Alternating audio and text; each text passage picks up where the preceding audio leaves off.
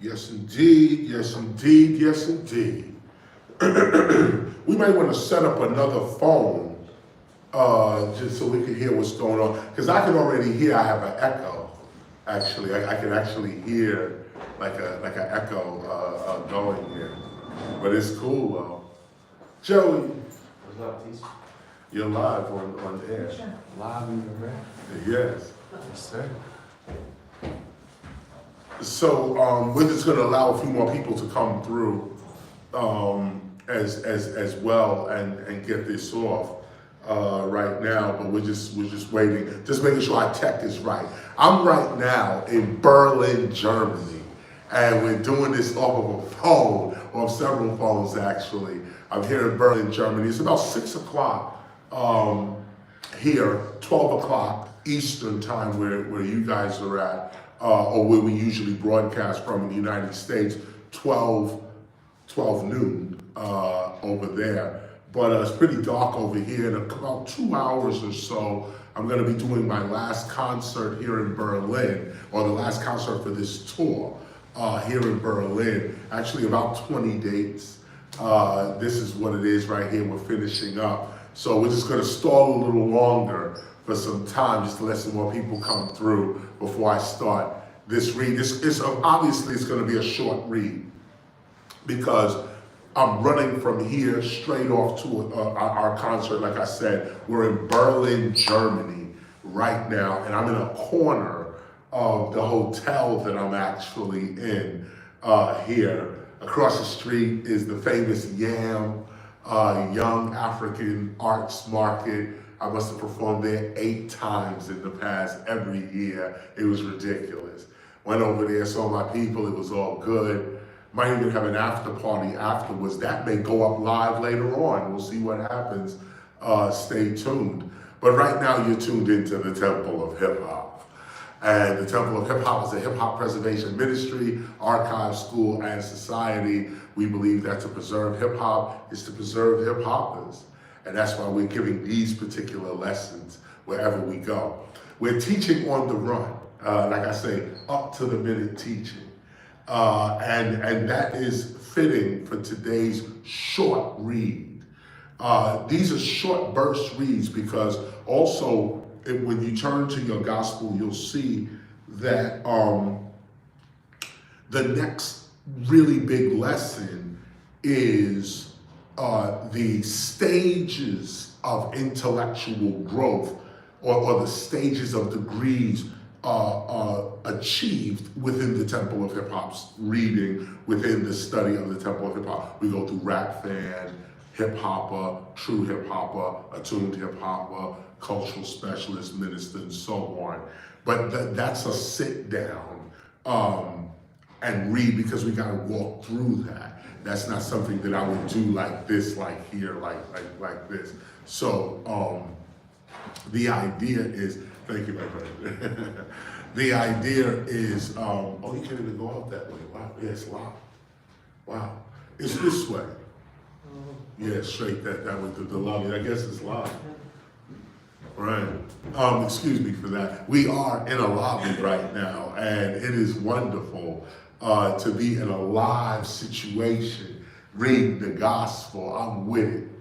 Actually, this is getting me hyped for the show in that sense. So anyway, like I said, when you go over, when we start reading, you'll see that lesson, rap fan, hip hopper, attuned hip hopper, it requires its own study in that sense. So I'm gonna wait until I get back to Atlanta to actually resume the read, the Temple of Hip Hop's read, because I wanna really zoom in on that. And it's gonna take me about 2 weeks to get back, because first of all, we gotta get out of Europe. So we're gonna do that, get out of Europe, and then we get to Southampton, England, and then we get from Southampton, England, we catch a ship to come to Brooklyn over a 7-day period, 6 or 7 day period there. Then we get to Brooklyn and we go up to or down to Atlanta,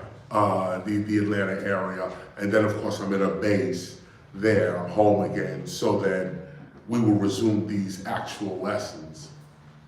What time is it? I'm waiting for the water too. 5:59. 5:59, so we ain't even ready yet. I'm still going. We're just gonna let this keep going. We're supposed to start at 6, obviously, and so I'm a little before 6 o'clock. I'm a little before 6 o'clock. So I'm just giving you some preliminary updates as well, just before the 6 o'clock hour. You said 5:59. It's 6 right now. And actually, you may want to steer people as well as they why I'm come. standing here. Right, you may want to because that doesn't open either. This stays closed, That's right. so they don't know that. And yeah, I wonder. Yeah, it is what it is. There's about 43 people. It's all good. Yeah, it's all good. We're here. You're about 43. Oh, 45 with King and Joey True and Son Run and Pascal. We are all here. And I was waiting for the water before I start. I'm just it's a time went to go do something. And then I'll just start. Like if you just tuned in, what's happening is that I'm stalling for time. Literally. Actually, my daughter.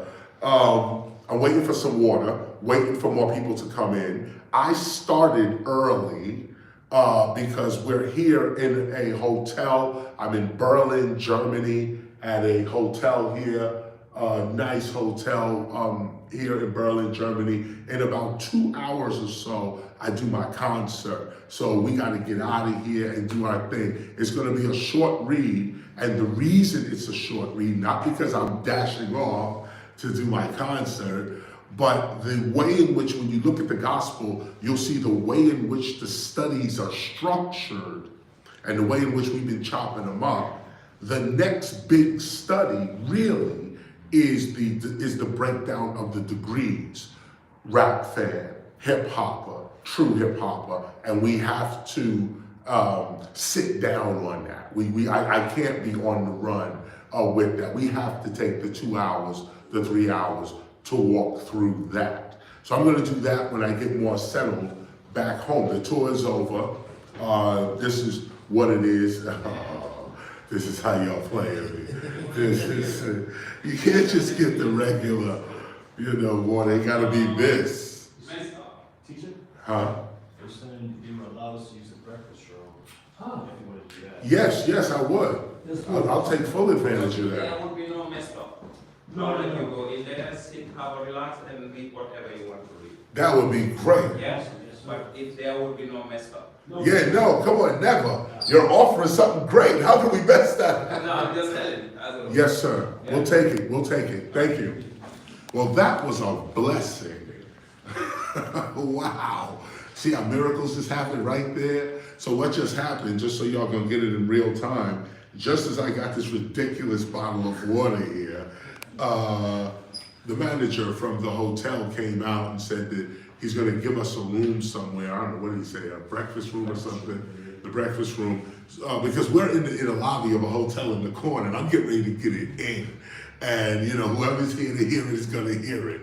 But he just gave us a room. So let us actually go to this room and get it started. Actually, Pascal, why don't you grab my jacket, and someone's gonna follow me into the room. Joey, you seen the room? You know where it is? Right in the hall. Yeah, you want to unlock it, or it might be unlocked right now. Well, did he unlock it yet? It's open? Not yet. Not yet. Okay. Well, just alert me when that goes down.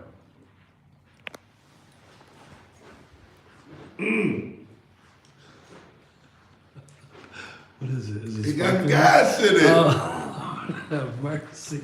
I just swallowed club soda. Oh, shit. Damn. Well, it did quench the thirst. Damn, now, you've expected something to go down right and to go down wrong. Right. Damn. It's open? Yes. All right, let's take a look at what they got for us over here. Damn. This is club soda. This is like, water with gas in it.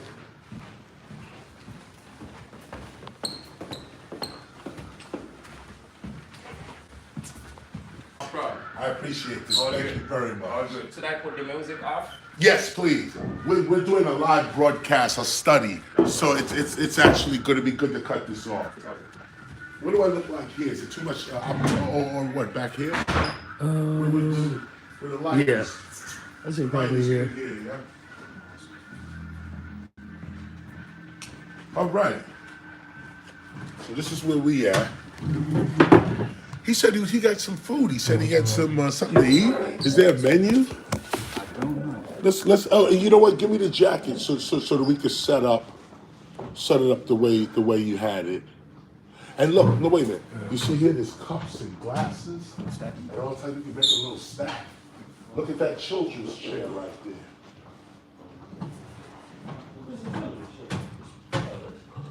Yeah, you see that right there?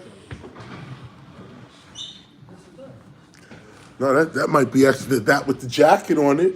Throw the jacket on there.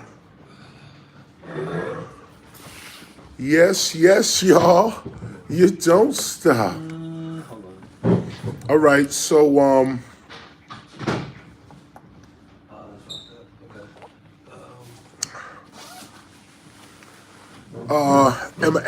not leveled here. No, we'll fix it. I'm not leveled here. I need lights, camera, and action, and some makeup. So I got a little a view here.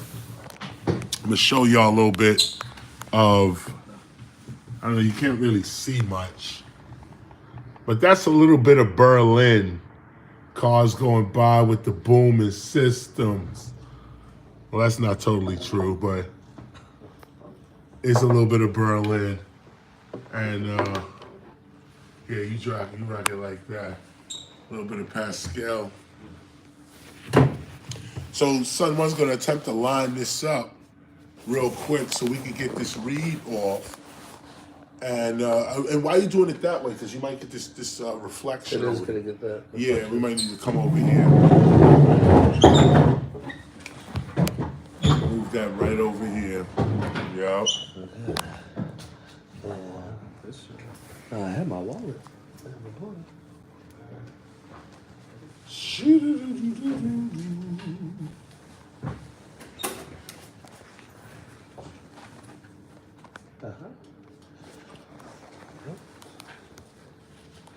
So funny. Got a wallet. Okay. What you think? Let's go to UC online.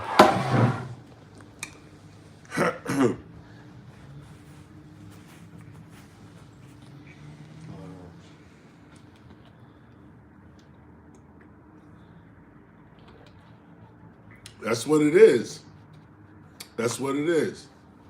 This is what it is. You could ask Biz. Let's get it started then. Let's get it started. Actually, listen for the audio. Make sure you can hear me there as well. Because again, if I have to move closer, then I will. The audio's good. Yeah. Okay. So now let us begin. I guess I stalled enough time. I have my stall. I stalled enough. And here we are. So welcome to the Temple of Hip Hop. I am KRS-One. As you've probably have just seen, I'm here with Minister Sunone, Minister Pascal, the health official, Joey True, who has risen to higher levels. In fact, at the end of this tour, I was going to give out attuned hip hopper certificates. And the reason I say I was going to is because I was saving that for when we got back to the United States. Because we also wanted to read through all the levels and look at how that lines up as well. Like, we just been reading the gospel, the best way, on the go, in between concerts, week by week, and getting through it by staging the actual lessons. But by doing that, we learn in real time. We actually are learning in real time. So at the end of the tour, Okay, I'm here in Berlin, Germany. It's the last day. Well, I'm getting ready to do it. At the last tour, this is where an attuned hip hopper certification would come forward after your true hip hopper certification. You've had an experience now. And I'm talking to those hip hoppers who have been on this tour now, have gone through this apprenticeship. For them, it was an apprenticeship. Yes, it was tour, but there was a lot learned. And I tell you the truth, for myself, I learned a lot about leadership. Matter of fact, you know what? Let me run you down. Let me run you down the mission.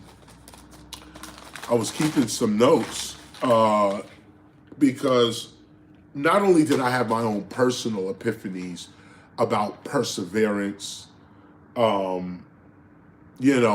Today's December 11th. Today's December 11th.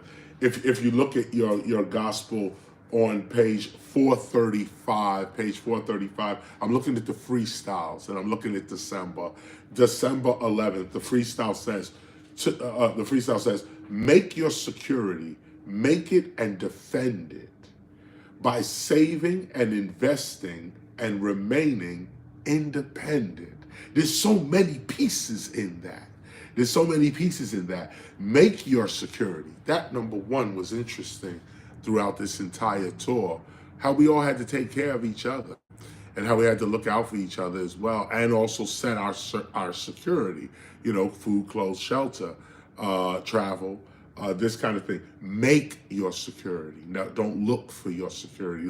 Wait for somebody else to secure you. We all had to basically secure ourselves one way or the other out here. Make your security. Make it and defend it.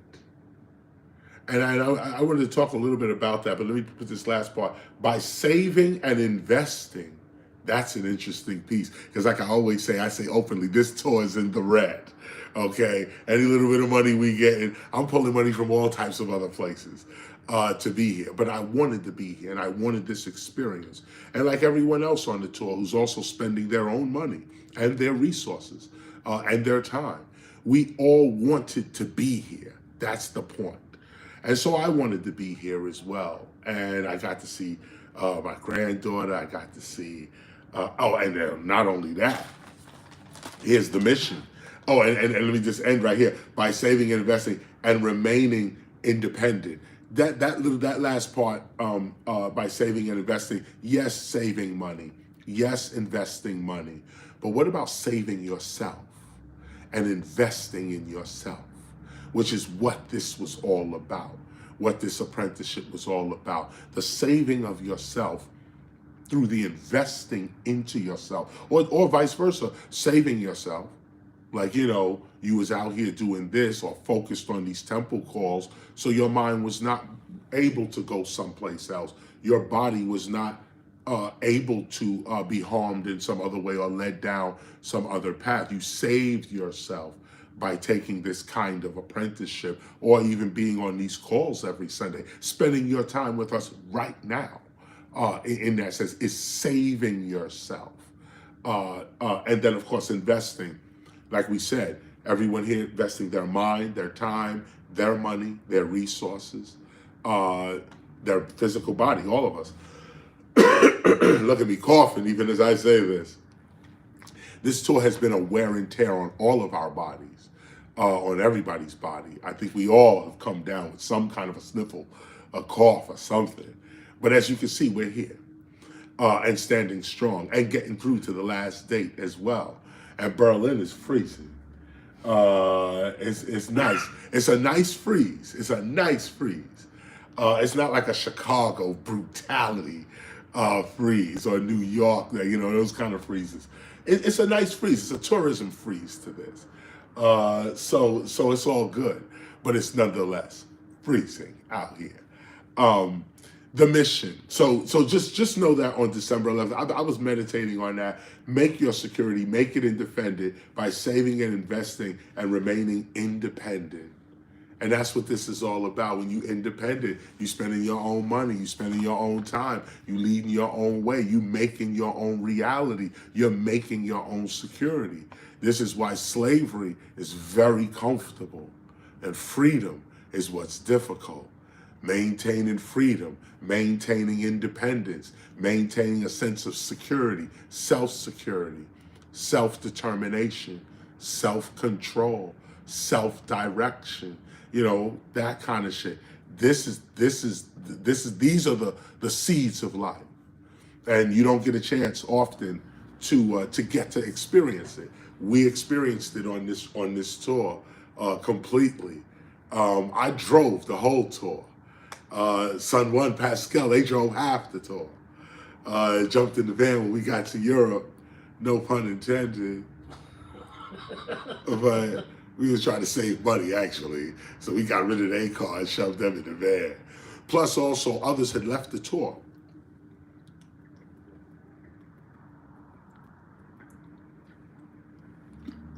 Others had left the tour.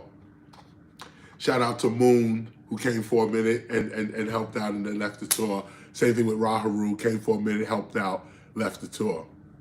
And when they left the tour, and others as well, lifted as well, left the tour as well, seats rose up, so we got rid of our car. But I mentioned all of that to say that these are the decisions that are being made when, you know, you ain't got no boss over you. You ain't got no overseer. You ain't got no overseer over you telling you what to do. You have to make your reality, and you have to be clear about that, what your reality is. Most of the time it's based on your purpose. You know your purpose, you know what you're here to do, and you set an agenda to fulfill that purpose, to fulfill that meaning. And if you don't know what that purpose is or what that meaning is, you come and take an apprenticeship. This one, or anyone really, any meaningful apprenticeship will show you exactly who you are. You may pick up the apprentice and say, I love this. This is what I know on this tour, we may have sparked a few road managers. We may have sparked maybe a few, even sound engineers, security, hospitality. We're learning all of that. Travel, logistics, getting in and out of hotels, this kind of stuff. Every day a different hotel. You spending your money. You trying to find a bargain. Who to go to? Expedia.com. You got to get it right. But actually, this is the hip hop lifestyle, or portion of it. I would say the street entrepreneurial part of the hip hop lifestyle is obviously touring, and there's more to touring than just performing. Let me run down the mission real quick. Like I said before we came out here, I had a few places I needed to go to make sure that our Hip Hop 50 years was advertised and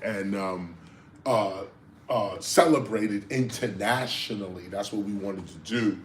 Internationally, we wanted to celebrate Hip Hop 50 years, and among other things. So let me just start real quick with the British Library.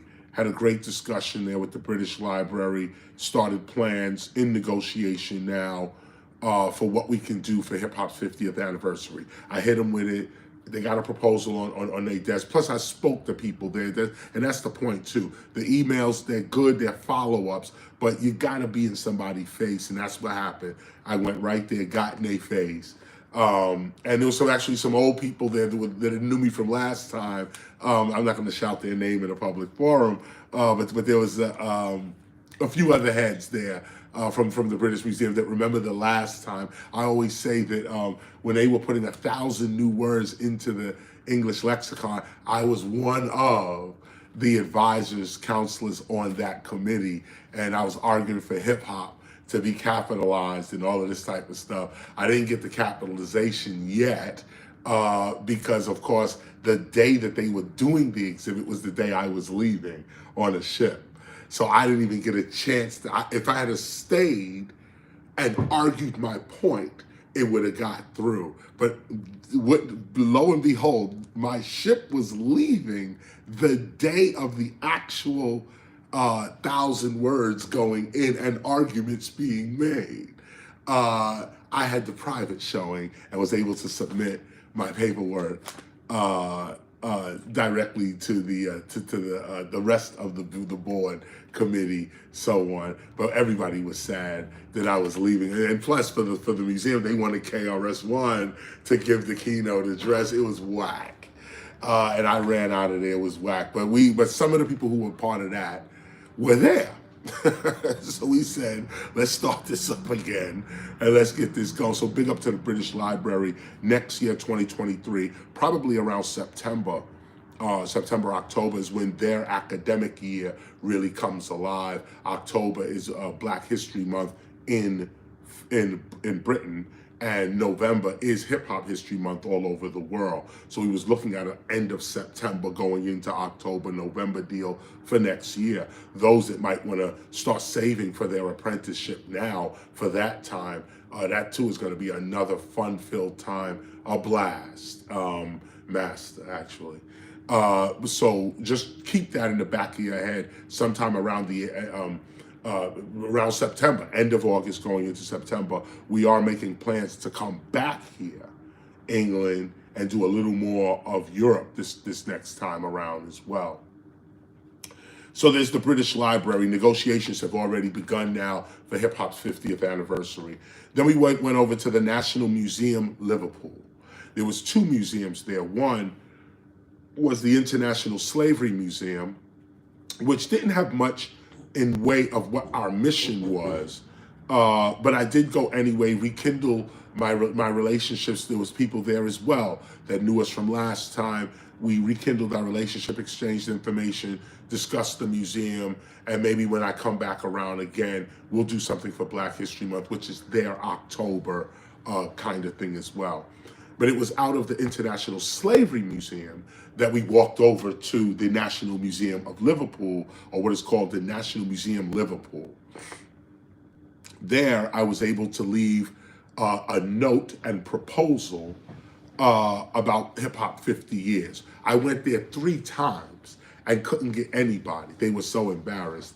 The people at the front desk, and so even the other museum curators who sent me over there, they couldn't get anybody. Finally, as I'm leaving Liverpool, the museum curator, director for the National Museum Liverpool, gives me a ring and says, sorry we missed you. I got the proposal. Let's get on the phone. Of course we want to do something. La, la, la, la, la. So we didn't meet in person. I went there 3 times, couldn't meet in person, but they did get my note, did contact me and said they wanted to do something. So next year as well, there is the National Museum, Liverpool.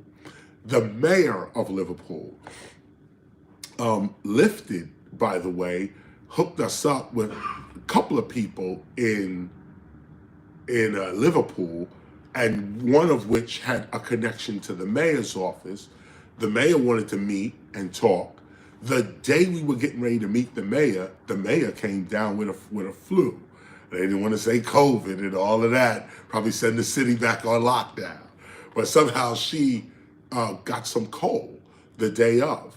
Her people apologized and we went on with the day. But the mayor of Liverpool itself, the city of Liverpool, wanted to discuss bringing the Temple of Hip Hop to Liverpool, having a Temple of Hip Hop there. Because keep in mind, excuse me, keep in mind as well that a lot of these discussions that we're having with heads of state, political figures, university scholars, and so on, is about hip hop having a safe space, hip hop having its own space. You might have heard me talk about this on several of our calls.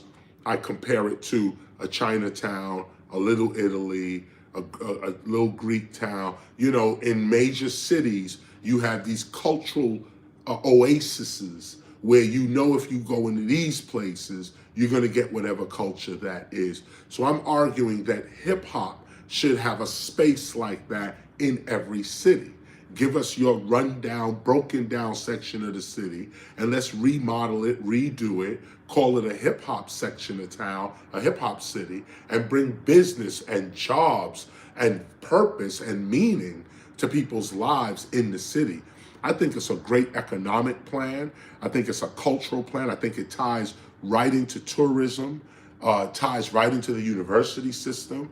I think if we get enough of these satellite hip hop cities around the world, you'll have your summer itinerary will just be going from one hip hop city to another, and hip hoppers don't have to deal with sharing their space with other aspects of the city getting in the way, or them getting in the way of our fun, or so on, like that. So I've been bringing this up to a variety of mayors, and they've been responding. And the latest one is the mayor of Liverpool, who responded, but then she got a cold and couldn't do it. And so we're in touch with that as well. The BIM Institute, I talked about them. Those who saw my schedule, you saw that we had several lectures at the BIM Institute. That went over well. They actually want me to come back and why don't you stay? And it's like, you can't afford that. But the point of the matter is that they do want an ongoing course. Some of you have seen the master class. If you haven't, on the website, thetempleofhiphop.org, go and check out the master class. This is the level of teaching that we're actually putting on the world in that sense. And keep in mind, you know what I always say, by no means, I mean, we let me say this, we have gotten so much praise and accolades for the master class. I say this in this way, in no way do we brag about our work. It's just our work.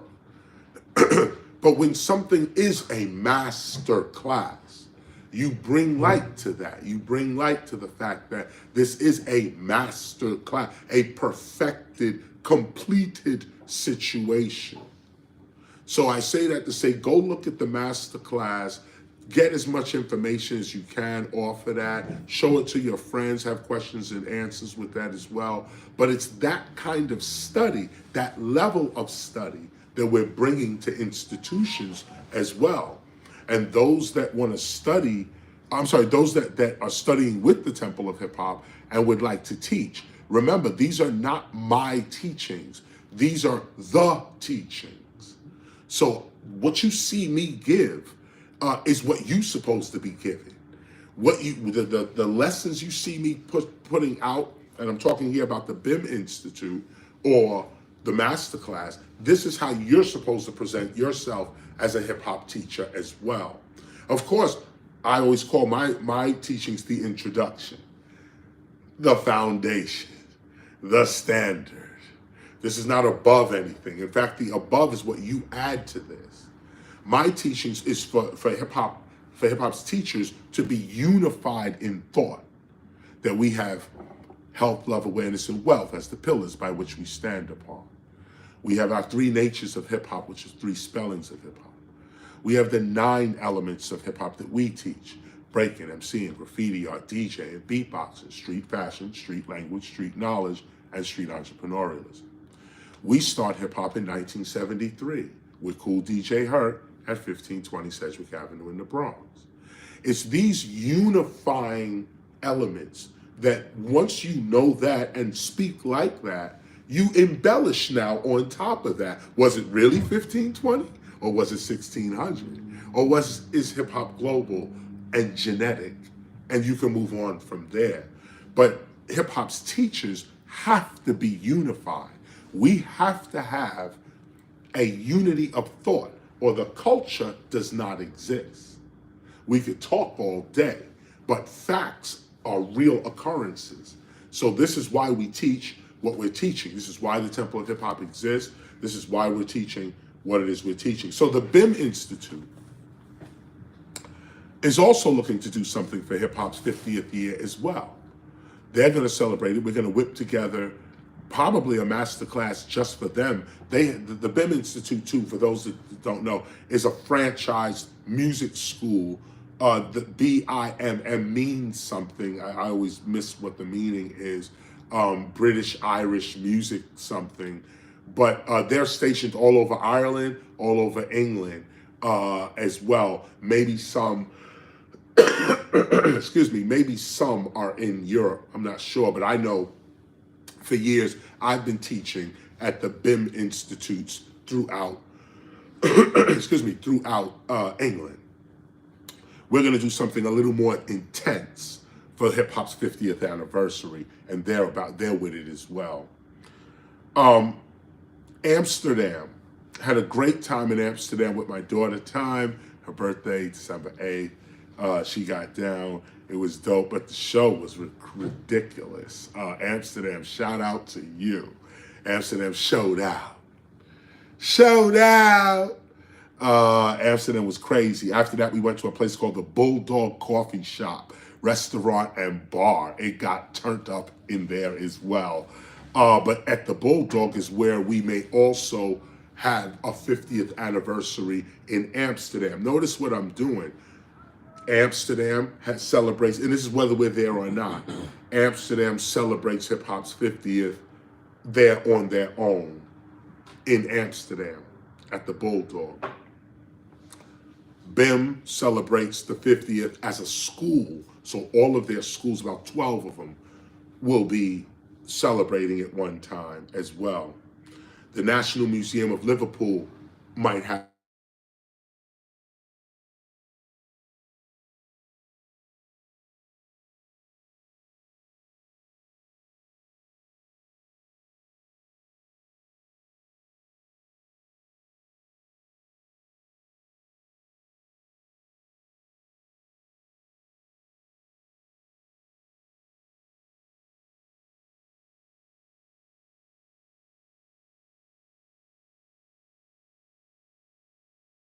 the freestyle DVD. Most of that was shot here at YAM. Probably, I think I said it was my second time I was at YAM. I had recorded a whole thing here as well, and it was wonderful. It feels so good to be back here, and my crew is still here, still cooking the ackee and saltfish.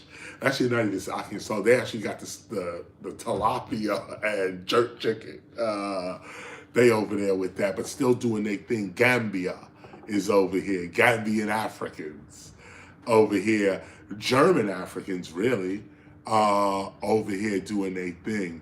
And so this was a great experience. And like I said, YAM is also going to do something. We're talking to them as well about their involvement in the 50th. So this was the mission completed. We did come over to meet these institutions, make them aware that hip hop's 50th anniversary was happening and what can you do to be involved. We hit them up, they're with it, and now we're going to take this information back to the States and start communicating online about what we're actually going to do. Last thing on the announcements part of this is that we are now looking for 1520 Sedgwick Avenue logos. I have a call going into Desire as well. Lifted may want to be part of this as well. But we're looking for 1520 Sedgwick Avenue logos. And there's some money involved in this as well because we have to purchase them. Because the purchaser is going to own the logos. So you got to be clear with that up front.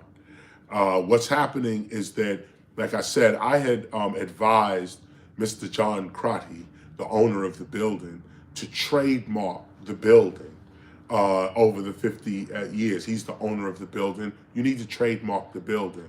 But like I said, he's the owner of the building. He has no artistic skill whatsoever and admits to it. So as a service to him and to the preservation of the building and what we're trying to do, I'm going to make a 1520 Sedgwick Avenue logo myself and donate it to the building, which will be the property of the building. And you have to know that. You have to be clear that whatever you give to the building, they're gonna, it goes to the building. It's part of the building. So I have no problem with that. 1520 Sedgwick Avenue. I'm gonna put together a little piece. Matter of fact, I'm gonna put together a few pieces that I could just donate to them so that 1520 Sedgwick can have a logo. From there, we'll probably make t-shirts, stuff like that. Obviously, the proceeds is gonna go to 1520. They're gonna set up a foundation I have no problem donating my services to the building up of 1520 for the building to own it. The owner of the building will own this stuff as well. You know, whatever's coming out of 1520 Sedgwick Avenue, he's going to own that. That's going into a foundation that we can see and look at, a transparent foundation, but nonetheless, it's a 1520 Sedgwick Avenue foundation. And from there, you know, you could pay out, you could, you know, work the building from there, pay salaries from there, commission artists from there, and all of this type of stuff from there. But you got to be clear that whatever you give is going into the foundation. So that's why I say there is money involved also, right up at the top. I'm donating my services. I'm going to whip up some 1520 Sedgwick Avenue logos and just give them to the building. If we use them, we use them. If we don't, we don't.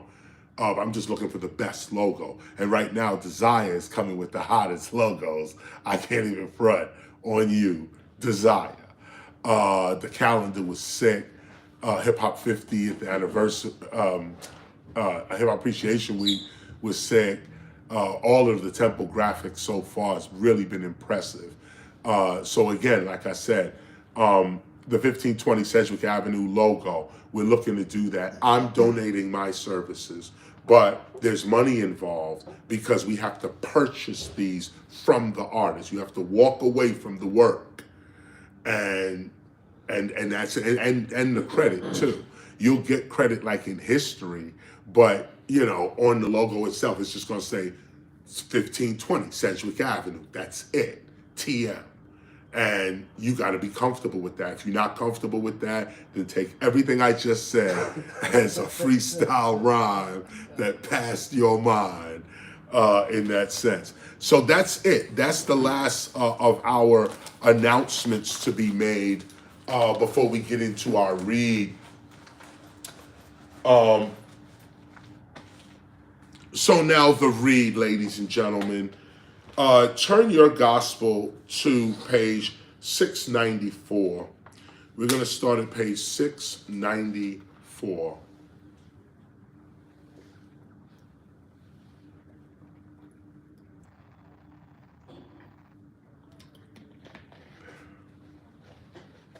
I don't know if you guys have heard me say this before, but you know, we're always trying to find water with the lowest amount of sodium in it, the lowest amount of salt or sodium. Most of the water in Europe has sodium in it. I guess it keeps you drinking it, but that salt in your body is not that good. And you got to decide what you really want. Now, smart water over here, or what's the other water? Fiji? Fiji around the world. But wait a minute, let me slow down on Fiji, because Fiji has sand in it. Yeah, Fiji has the minerals that make sand is in Fiji. So either you drink sand or you drink salt. So I'd rather drink sand. At least it's a natural substance. It goes through the body. It does what it does. But most water has sodium in it, and that's what we're trying to avoid, is the sodium hit. So I'm drinking this vial still. I don't know how much. This probably, I don't know. I probably just contradicted my whole statement drinking this. But nonetheless, because my water intake, I usually drink Fiji, or I'm trying to think of the other brand. It's Spa. Spa. Okay. Spa. Yeah. Spa water. I usually drink Spa, Fiji as well. Highlander is another one, and so on. So if you get caught up with one of these, it doesn't kill you. But at the same time, you want to try to avoid drinking water with so much sodium in it. And you can read the back of it. It'll tell you what the sodium is, what the sodium level is. Just a little road trick. So, as you know, we were reading through the Temple of Hip Hop, and like I said, this is going to be a short read because of the way in which we're breaking the reads up. You'll notice that we're only going to read about 2 pages because the very next page goes over to Rap Fan, and we want to spend time on going through what a rap fan is, what a hip hopper is, what a true hip hopper is, Templist, and so on. But I want to finish this off here. This one little piece right here really welcomes you to the temple of hip hop, and it's its own read. It's its own study. So let's get into this. So this is what the temple of hip hop is all about: the enlargement of consciousness. You know, and I'm gonna need a pen.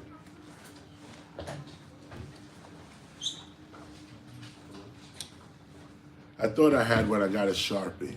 Thank you.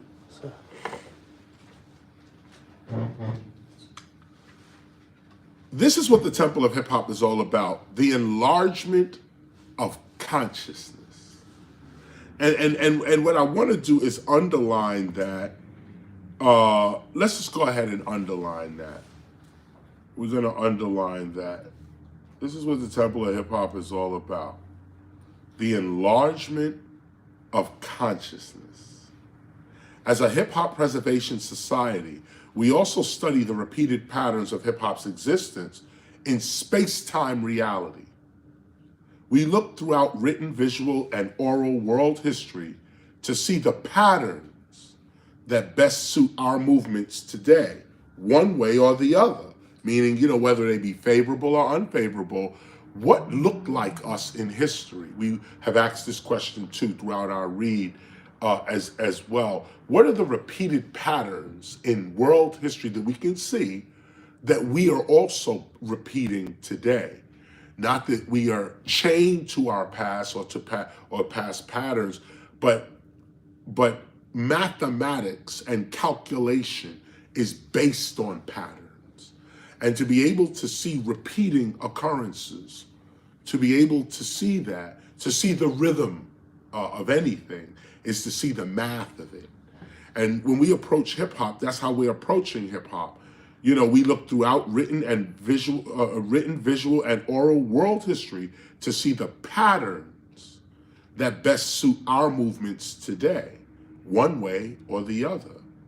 We know that history repeats itself because we know that time pulsates in repeatable cycles.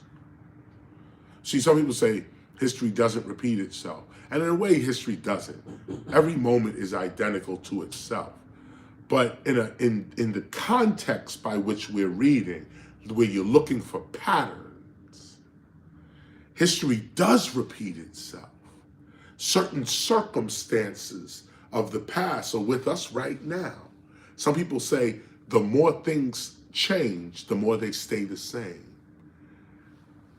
We know that history repeats itself because we know that time pulsates in repeatable cycles. Time itself pulsates as an energy, as a vibration.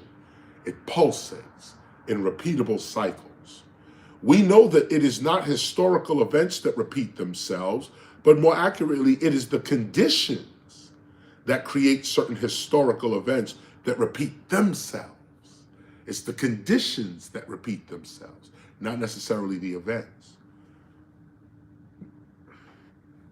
Time continuously gives us chances to repeat our victories and or misfortunes in a circular kind of motion. We have discovered today that our time right now is the time of civilization, and great leaps in consciousness are about to occur. Now keep in mind that this was written before 2009. This whole gospel is really being finished up over the last 5 years of 2009. So you could say somewhere around 2004, we kind of finished the gospel, but it was like 2005, 6, 7, things were added, some were taken away. The book publishing deal had to happen. Then they went through a year with it and so on. So, you know, kind of remember that the gospel was kind of finished in 2004. Right, looking from 1994 with the meeting of the minds when we first asked the permission to even put this book together, to 2004 when it was basically completed, literally completed. But the next 4 or 5 years would be all the other technical things that make a book in that sense. We have discovered today that our time right now is the time of civilization, and great leaps in consciousness are about to occur. We know the cycles of our planet. Let me also add to this as well, about to occur. This was the talk at the turn of the millennium. We don't talk about it no more. People don't show the videos anymore. But between 1999 and 2000, you had the Y2K scare. And then we also knew, most to keep up with astrology, knew that we were leaving the age of Pisces and entering into the age of Aquarius. We were also looking at the Mayan calendar that was getting ready to come up in another 10 years, was getting ready to come up, but people had already started talking about that as well during this time. These were end times. We was all, during this time, from 94 to 2004, the basic conversation in spiritual circles, philosophical circles, in churches, mosques, synagogue, these were the end times. These are the things were going to end or change. And even we, the temple, was saying the last days of others are the first days for us. Because this was how prevalent that conversation was going down. So this is what this line means, that just that one line. We have discovered today that our time right now is the time of civilization, and great leaps in consciousness are about to occur. We know the cycles of our planet and the sun and how these great movements affect our consciousness, as well as space-time reality itself. When we study the many calendars of civilizations before us, we can see ourselves being repeated in space-time geometry. We could see who we all are and were. We could see who we all are and where we made certain mistakes as well as achievements. Let me say that again. We can see who we all are and where we made certain mistakes as well as achievements. The conditions for the birth of a new people are upon us now. The position of the sun and the mathematics that predict the end of one age into another age are upon us now. We are actually completing a 5,125-year cycle of time that, according to Mayan calculations, completes December 21st, 2012. Is it mere coincidence that Kool DJ Herc is said to have begun modern hip-hop on August 11, 1973, and the present world age began August 11, 3114 BC, and completes with the rare alignment of the solar system with the center of the Milky Way galaxy on December 21st, 2012? Is it a mere coincidence that the zone in which the sun travels across the equator of the Milky Way galaxy spans a distance of time that began around 1980 and ends around 2016, a time that spans the whole mainstream rise of hip-hop and its commercial promotion of rap music? Now stop here for a minute, because keep in mind, remember, this is being written long before 2016, okay? But we're looking at something, we're seeing the patterns of a previous age, and we're marking the patterns according to our best ability, what we believe are those same patterns in our modern age. And these calculations, the 321. As a matter of fact, you know what? Let's go ahead and highlight 321. Let's highlight 321. Paragraph 321 on page 695. And the reason we're doing that is because this is in remembrance. I'm sorry, hold up, wait a minute. 231.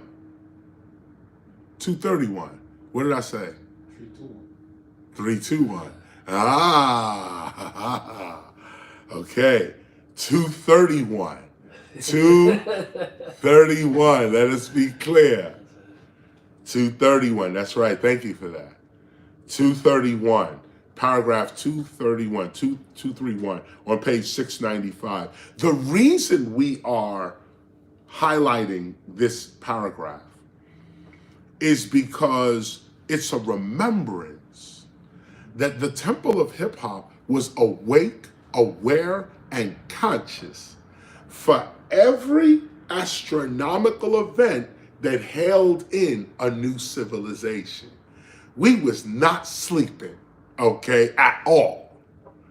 Every astronomical event that we could see, because it wasn't just the Mayan calendar either. Egypt had a calendar, the Hopi has a calendar, Turkey and Iran and the Persians have a calendar. Jews have a lunar calendar, along with others that follow the lunar cycle. We're looking at all of these calendars, including the solar 365 point some art day calendar that we're all with right now. And just as a coincidence, just on that solar calendar, I actually arrived back in New York on the summer solstice, December 21st. And the 22nd, I'll be right there. Just on another level, moving with the sun. Just on another level. But anyway, this is a remembrance that isn't just a mere coincidence. Because it blew my mind, because let me tell you how this is happening, okay? Just so you remember, because it is a remembrance. When the ancestors are teaching you, when the master teachers are teaching you, it's not like you go to a school and sit there and somebody's telling you something. It ain't even really about meditation even, sitting in one spot and getting revelation. It's about living your life. And as you live your life, you're getting taught lessons. You have to walk with a recorder or something to write with, because it's life that teaches. And you have to get little pieces, okay? You could go, okay, so I'm at, we went to, let me let these knuckleheads go by. That's real nice. That's real nice. Nice. Ambulances and fire trucks running by. So I'm in the forgot this museum. Just in the no. I could use the same example with noise. I could. Wait a minute. Let me get back to my point. I'll come back to this because they just blew my train of thought. Remembrance. What I wanted to say was that when you're being taught by the ancestors, it's life itself that's teaching you, which is the point. And what I'm trying to say is that when we were being taught and guided, this knowledge came in pieces. And so it's like everything is fragmented and you have to put things back together.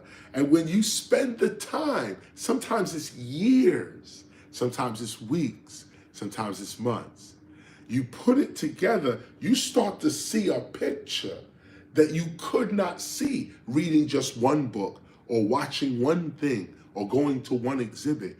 It's like, and the knowledge is global. So you find one sentence in Germany. Germany said, da, da, da. And you're like, wow, that went down. But that's not all. Now you get back to, say, America, and you're in like Chicago. And the completion of this German sentence, there's another piece in Chicago. You might not even have went there for this, but it is part of your study. It is the direction you're going in. And you see this piece. Say, right, in Germany they said this, that goes with this here in Chicago. Now you got a piece, you got these two sentences. Then you take these two sentences, because now you're getting enlightenment, you're becoming aware of what this looks like. You go to your house or whatever, flick on the TV. Right when you turn on the TV, C-SPAN got a dude speaking right there on your subject. Right there, dude speaking. You scurrying now. You trying to get your papers. You trying to record the show.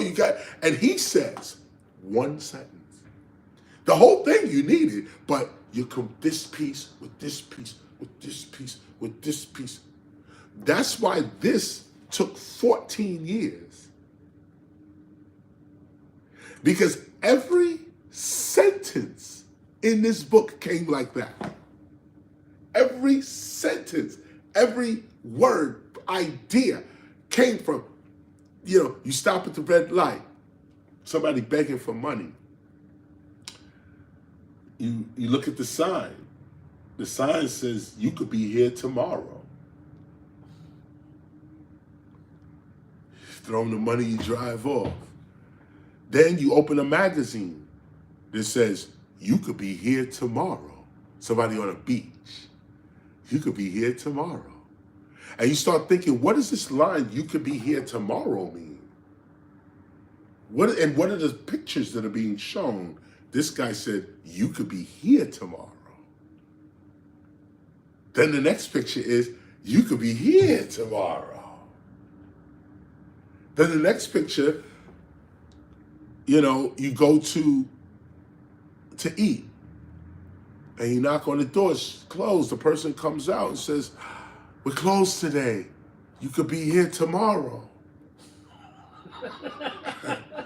And you like, yo, what is this? And you start seeking, why are you telling me this? And you get answers. And the answers are profound. They're from another intelligence. If you can follow it, if you can see the patterns, can you see it? Are you in tune with it? Are you part of it? So we highlight in 231, paragraph 231, because we want to remember that we did this work. See, the new millennium is never coming again. December 31st, 1999 is never coming back. That's it. Okay? Whatever you didn't do then is not happening. But we did the work. December 1999, we were declaring ourselves a culture. We went to the UN in 2001, declared ourselves a culture. We adhered to every astrological alignment. We honored every calendar, burned incense, praised ancestors, declared ourselves civilization and culture. In fact, this gospel here is the only gospel produced at the turn of the new millennium. No other gospels. This is the only gospel produced for the new millennium, the only one. And usually you get a variety of gospels. But those gospels, like the Gospel of Mary, the Gospel of Mary Magdalene, the Gospel of Mary Magdalene, the Gospel of Thomas, when the Dead Sea Scrolls started to get discovered, and the there's another Hammurabi, I'm saying it wrong, but the Hammurabi scrolls, there's a scroll that was actually being discovered, and these other versions of Christian texts started to come out. That was over the last 60 years. Not even these, I'm talking about before 2000, going back the last 60 years, these new scrolls were coming out, and those were the gospels, the new gospels that were coming out. But nothing came out at 2000 forward. The gospel of hip hop did. On top of that, we also declared that the gospel of hip hop was an urban-born spirituality. If you want to use the word religion, it's an American-born religion, urban-born spiritual practice. This is the only American-born gospel there is. All of the other gospels are foreign to the United States. Respect to all of them, but they're foreign to the United States. This gospel of hip hop, not placing us above anyone, just speaking the facts. This is indigenous to the United States. This speaks to what we are going through and what we need spiritually. And just like the Bronx, like in the Bronx, we were speaking to what we needed spiritually in the Bronx and how we wanted to express ourselves. That feeling turned out to be global. We thought we was just yelling South Bronx, South Bronx, but really that one record was global. Everybody felt the same way. Wanted to rep their hood, wanted to shout their culture, wanted to get this oppressive government off their back who was telling them they wasn't gonna be nothing. People also, family members telling you ain't gonna be nothing, can't get a job, kicked out of school, this kind of stuff. We thought it was just us. No, when we start yelling, it became the whole world. Same thing with this gospel. Everywhere I go around the world, people are pulling their gospel all through this tour. Gospel's all in the audience throughout the whole tour. People coming with their gospel, and I'm signing them, and we're having a moment backstage to talk and get into that. But people are bringing their gospel to the concert. And that's all over, whether you speak English or not. People are getting it. And we would hope in the future to translate our gospel into other languages, real talk, real talk. But for now, my point here is that we want to remember what we did. Because again, nobody's going to tell you how great you are.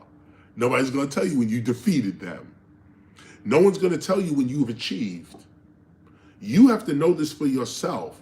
And again, not from no ego, from aggrandizement, that we're not dealing with that. What we're dealing with is if you don't speak of your own greatness, somebody else gonna take it and speak it for you. And that's what the pioneers are dealing with. Somebody taking their greatness because they not speaking up. And now it seems like everybody seems to be speaking. I did it. I did this. I'm the first. Da-da-da. Because even the pioneers are beginning to wake up and realize that they did something magnificent in the world. They did something magnificent in the world. And now they're waking up to it. Let me continue to read. Do we really believe that we exist outside of the universe and its influences upon our creation and further development as hip-hop?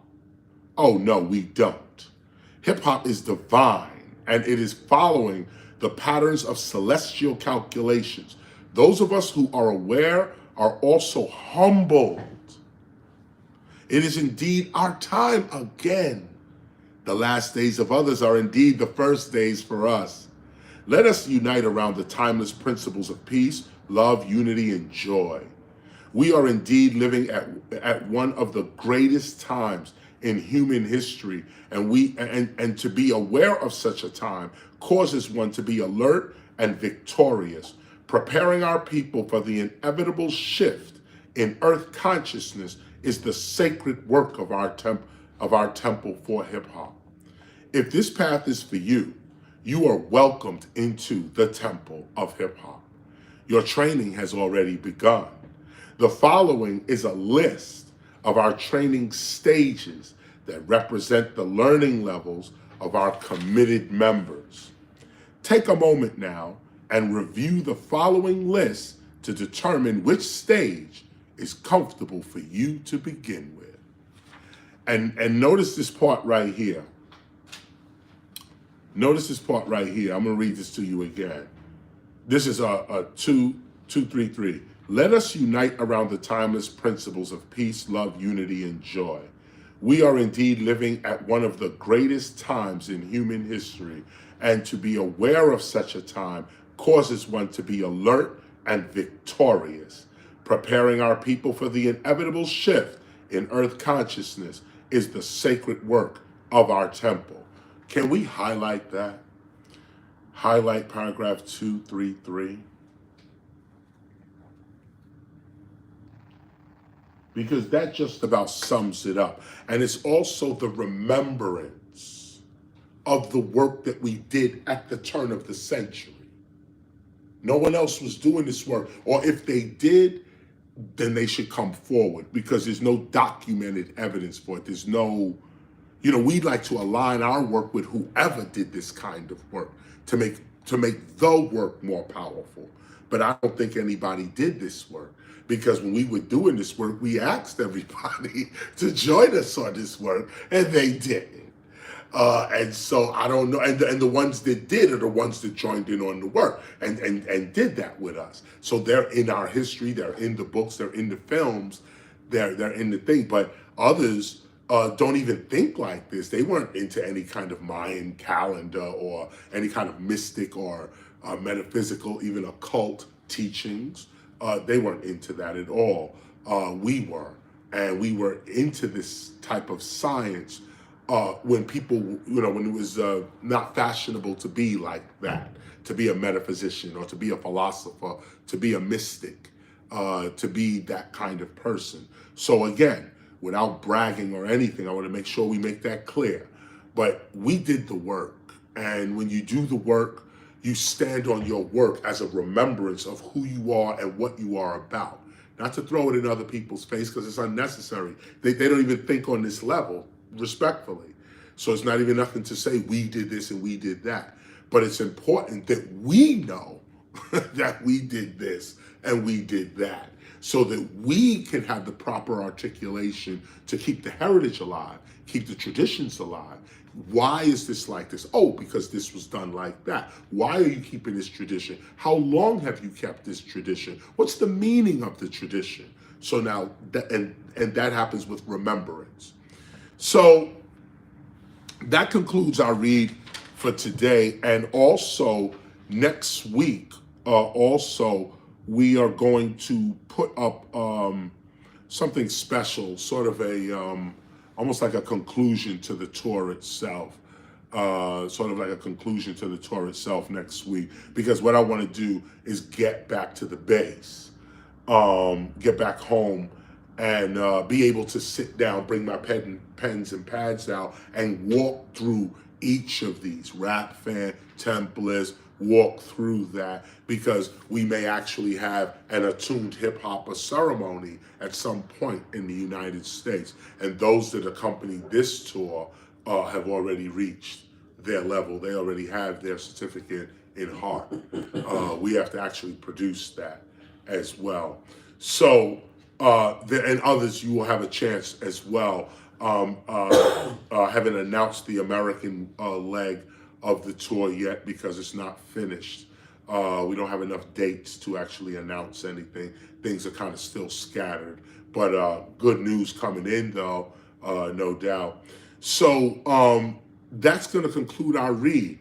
I have about, I don't know how many people tonight. It's sold out tonight as well, and I get bonuses. And so, what are we doing? 700 people tonight? 600? 400, 420. Really? Nice. 420 in Berlin.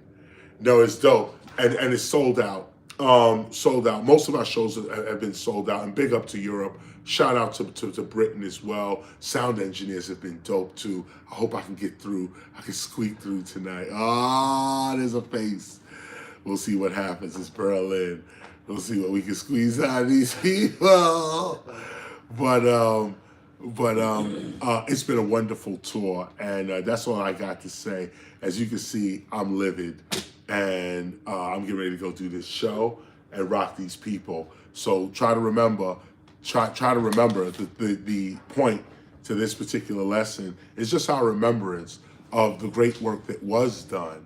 The great work that actually was done on behalf of the Temple of Hip Hop. We're looking at astrology and astronomy. We're aligning ourselves with the universe. We always give reference to that as well. And we're just doing this short read right here because we want to come back and hit that Rap Fan. Next week, we're going to do something special. We probably won't be reading from the gospel. And I say probably because we're going to put something together kind of special and have that go until I get back to Atlanta. So thank you all for attending this mission. And as a matter of fact, we may even go up live a few times at the show so on, or something like that later on. So try to stay tuned, see what's up. But for now, session is over. This is the Temple of Hip Hop. I am KRS-One. We out.